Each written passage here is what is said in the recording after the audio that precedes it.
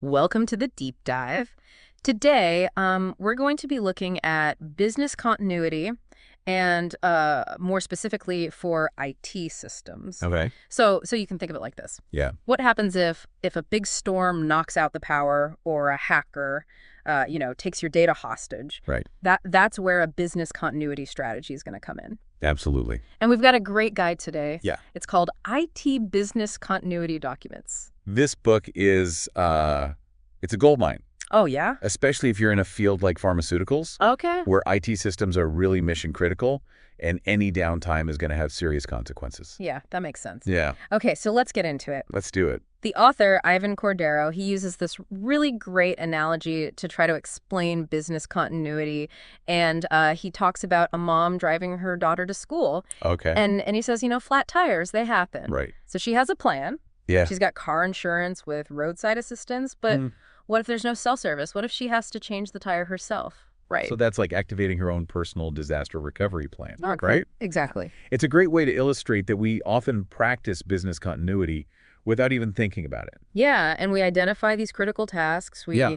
we assess potential threats, and then we come up with backup plans. Exactly. So having a formal business continuity strategy, then it's not just a nice to have. Oh, no, definitely not. It's It can be a legal necessity, Oh, wow. especially in regulated industries like pharmaceuticals. Okay. The book actually cites specific FDA guidelines that mandate business continuity planning to ensure data integrity and availability. That makes sense. Patient safety is paramount, and reliable IT systems are essential for that. Absolutely.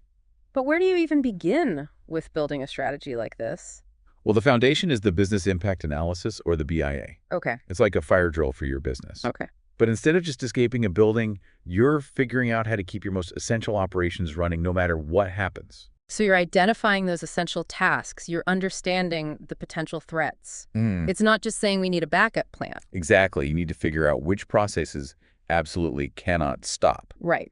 how much downtime each one can tolerate, and what resources are needed for recovery. And the ripple effects of that disruption. Absolutely. So you need a really holistic view of the business from these big picture processes down to the IT infrastructure. Absolutely. And that includes understanding the physical data center itself, Oh, okay.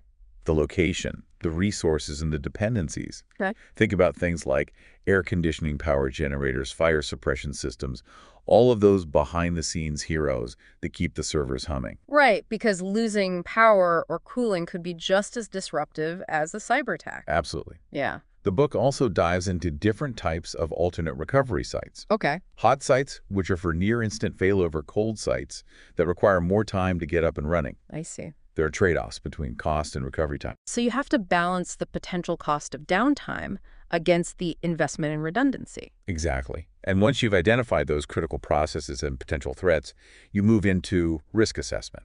Okay. It's not enough to just list potential disasters. Right. You need to evaluate their likelihood and potential impact. Okay. And that's where tools like a simple risk assessment form or a failure modes and effects analysis, FMEA, come in. So you're systematically trying to anticipate what could go wrong and what that domino effect might be. Exactly. It helps you understand the weakest links in the chain and prioritize your efforts. I like that. Yeah. So once you've assessed the risks, then what do you do with that information? You have 4 basic options. Okay. Accept the risk, avoid it altogether.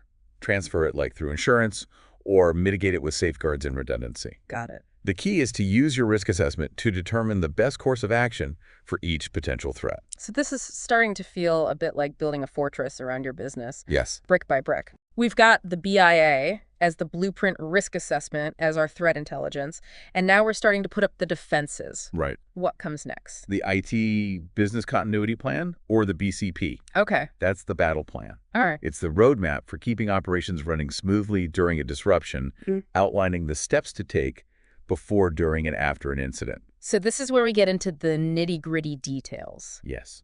The book breaks down the BCP into 9 stages, 9 stages. Wow. focusing on things like safety, security, external resources, and the IT recovery team.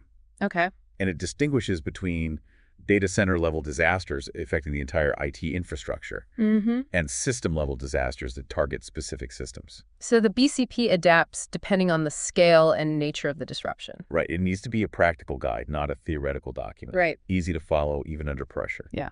That's why clear communication, collaboration, and well-defined roles are so crucial. What good is a plan if no one can understand it in the middle of a crisis? Exactly, and that's just the high-level plan. Okay. The Disaster Recovery Plan, or the DRP, gets into the technical specifics of recovering individual IT resources after an incident. So this is like the step-by-step guide for bringing your systems back from the brink. You got it. Okay, let's dive into that a bit more. What kind of detail are we talking about here? The DRP includes procedures for restoring servers, Okay.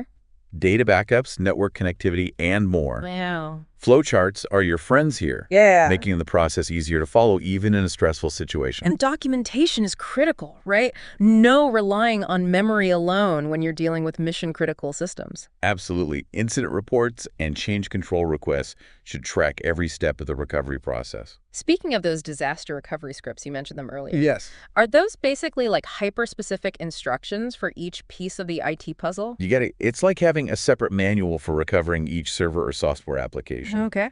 The key is that anyone on the IT recovery team, even if they've never worked on that system before, Right. should be able to follow the script and get it back up and running. That makes sense, especially if the person who originally set up the system is unavailable Exactly. during the recovery process.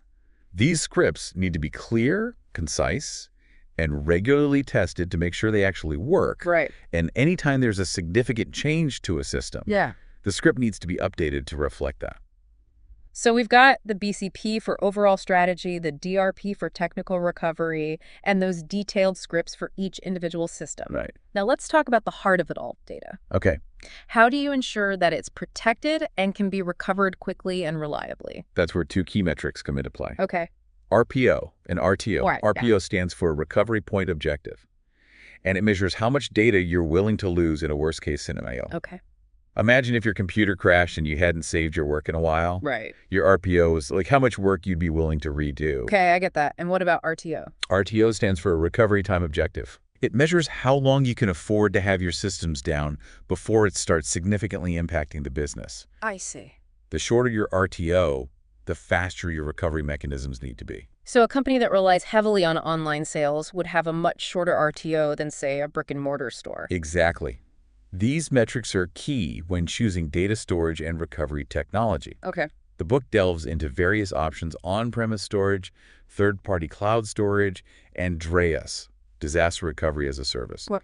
Each has pros and cons. So let's break those down a bit. Okay. On-premise storage seems pretty straightforward. Yeah. But what are the key considerations there? It gives you full control over your data, Okay. which can be appealing and might offer faster access, but you're also responsible for security and maintenance. Right. And a disaster at your location could take out both your primary and backup data. That's a scary thought. Yeah. Cloud storage sounds like it could address that vulnerability, though. It does. It offers scalability, affordability, and offsite data storage, protecting you from local disasters. Okay. But you're relying on a third party for security and availability. So you need to carefully vet your cloud provider, Absolutely. understand their security measures and uptime guarantees. Right.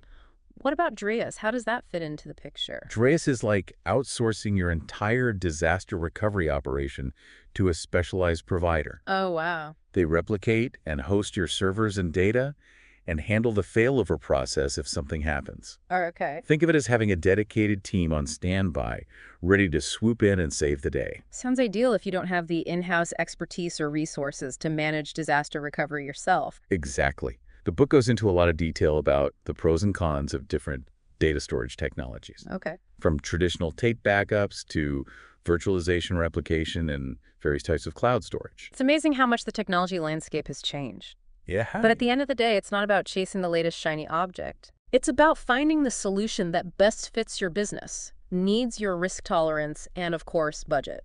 Couldn't agree more. Now, beyond technology, a crucial part of business continuity is incident management. Okay. What happens when something actually goes wrong? Right, because just recovering from a disaster isn't enough. You need to learn from it and prevent it from happening again. Exactly. The book outlines a 4-step process. Okay. Clearly define the problem, Right. investigate the root cause, assess the impact, and document what was done to resolve it, Okay. including any preventative measures. So you're not just putting out fires, you're figuring out how to prevent them in the future. Exactly. And this is where documentation becomes even more crucial. It's like creating a breadcrumb trail through this complex world of IT systems. Yes, it helps ensure consistency, accountability, and traceability, Okay. and facilitates knowledge transfer and process improvement. So incident reports and change control requests are key elements of this documentation. Absolutely. A good incident report should answer these questions. What was the problem? When did it occur? Who reported it? What was the business impact? What was the root cause? What steps were taken to resolve it? And were there any preventative actions implemented? So you're getting a complete picture of the incident, Yeah. not just a brief summary. And change control requests serve a similar purpose, Okay. but for plan changes to your IT systems. Right. They help you evaluate risks, get approvals, and document the implementation process. So it's about making changes in a controlled and predictable way Precisely. to avoid unintended consequences. We'll get into more detail about incident management and change control in the next part of our deep dive. This has been an incredibly informative first part. It's amazing how much goes into building a resilient business in today's world. It is. Join us for part 2, where we'll continue to unpack the intricacies of business continuity and explore how new technologies like AI are changing the game.